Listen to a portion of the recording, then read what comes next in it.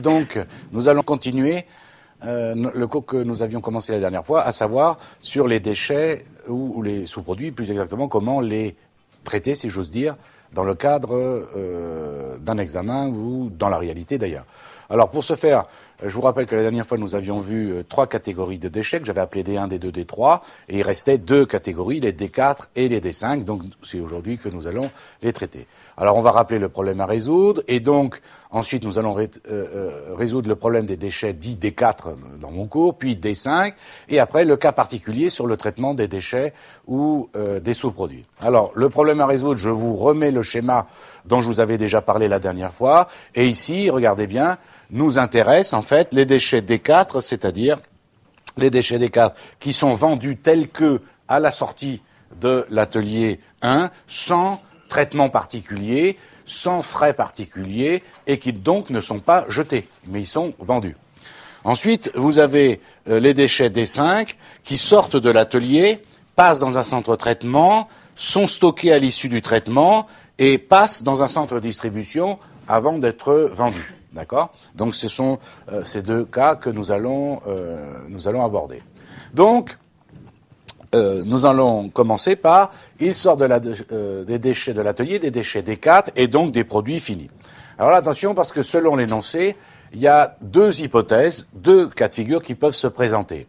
Première hypothèse, l'énoncé ne précise rien sur l'évaluation du coût de production des déchets, mais précise le prix de vente des déchets. Est-ce que tout le monde me suit ? Je vous rappelle que les déchets D4, ils sortent en même temps que les produits finis et ils sont vendus à la sortie de l'atelier. Premier cas de figure, l'énoncé ne vous dit rien concernant le coût de production de ces déchets. Mais par contre, il va vous donner le prix de vente des déchets. Deuxième hypothèse, l'énoncé va vous préciser un coût de production pour ces déchets et un prix de vente des déchets, ce qui est donc pas la même chose. Vous voyez bien la différence. Dans un cas, on ne vous parle que du prix de vente des déchets. Dans le deuxième cas, on vous dit que le coût de production est de temps et le prix de vente est de temps. Le problème, c'est que ça n'a pas les mêmes conséquences. Donc, on va prendre un exemple avec la première hypothèse.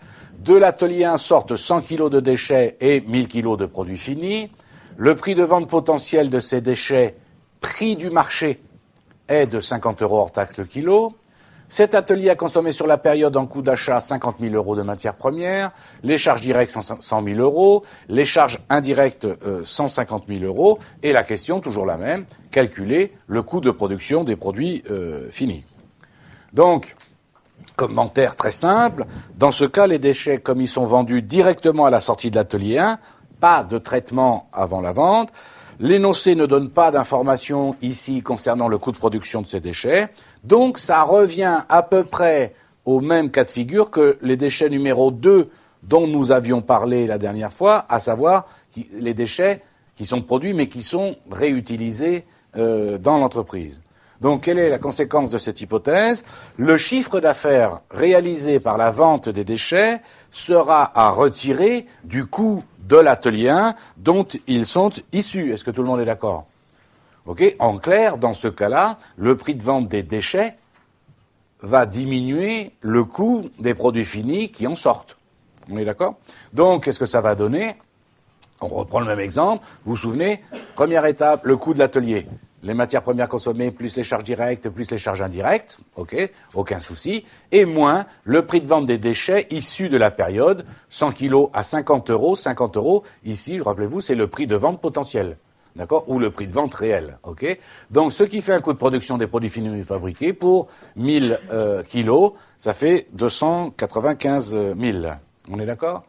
Maintenant, exemple avec la deuxième hypothèse. Alors, je vous rappelle la deuxième hypothèse, que l'énoncé va vous proposer un coût de production pour ces déchets.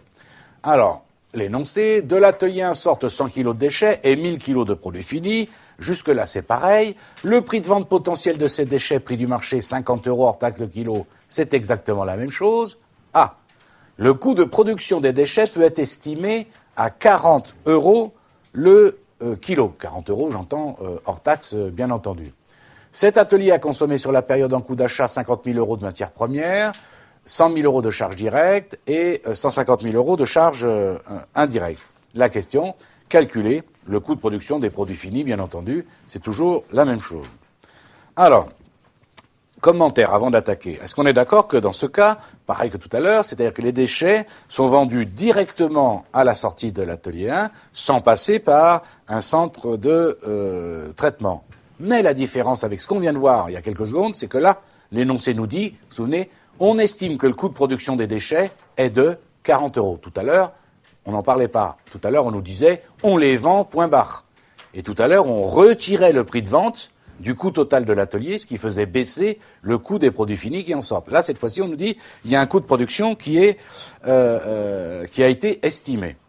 Alors, quelle est la conséquence de cette hypothèse?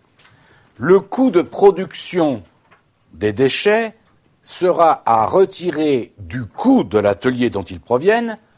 Et oui, du coup, en faisant ça, ça veut dire que ce qui va rester, ça sera bien le coût de production que des produits finis.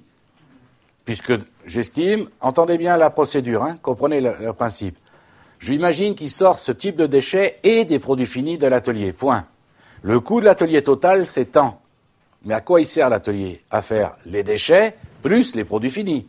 Si on me donne le coût de production des déchets, du coût total de l'atelier, je retire le coût de production des déchets, il me reste le coût de production des produits finis, tout simplement. Donc, conséquence, le coût de production des déchets sera à retirer du coût de l'atelier dont ils proviennent, donc il ne restera bien que le coût des produits finis, mais attention, ce que vous oubliez tous, mais entendez bien, le bénéfice sur la vente des déchets sera à rajouter au résultat obtenu sur les produits finis dont ils proviennent.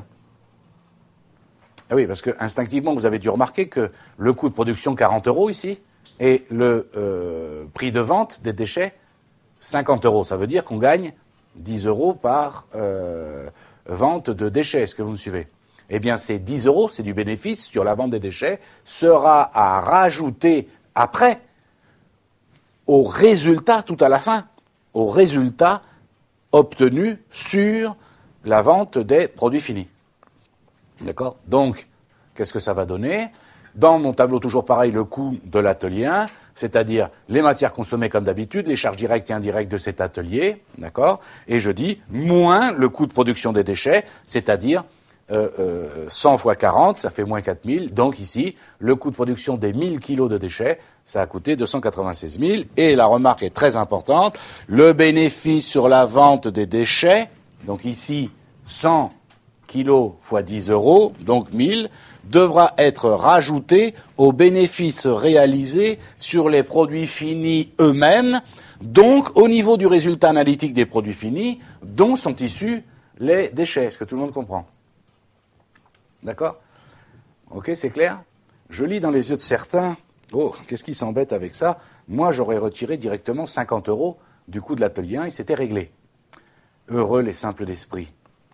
Le problème, c'est s'il y a stockage à la sortie, et il y a souvent stockage. Est-ce que vous comprenez que là, ça change tout?